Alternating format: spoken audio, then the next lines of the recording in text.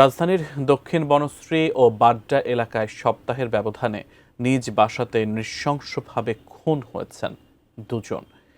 দুই ঘটনাতেই সিসিটিভি ফুটেজে হত্যাকারীকে দেখা গেলেও পুলিশ এখনও কাউকে গ্রেফতার করতে পারেনি। পরপর এমন লোমহর্ষক ঘটনায় আতঙ্কিত নগরবাসী। বিস্তারিত জানাচ্ছেন মাহতাব মিনহাজ।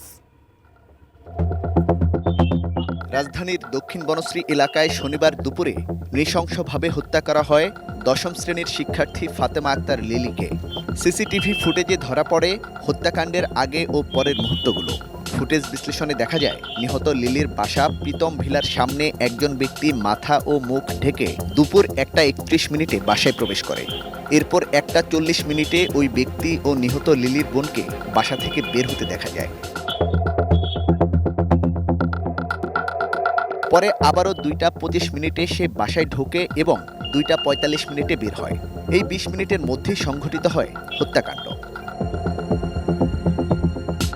নিহত লিলির বোন জানান, দুপুর 1:45 তিনি জিম করার উদ্দেশ্যে বাসা থেকে বের হন।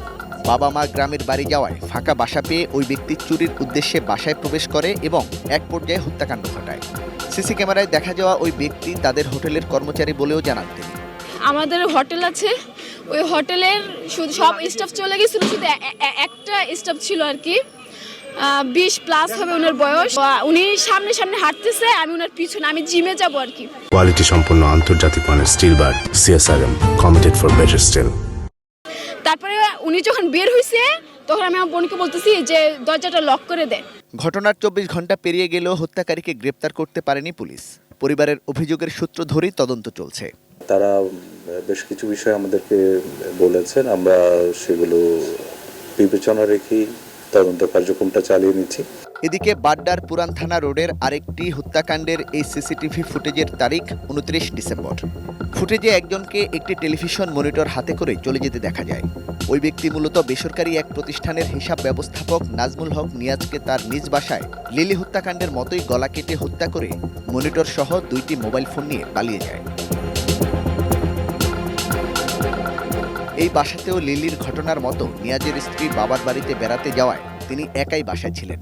সঙ্গে ছিলেন সহকর্মী রাহুল।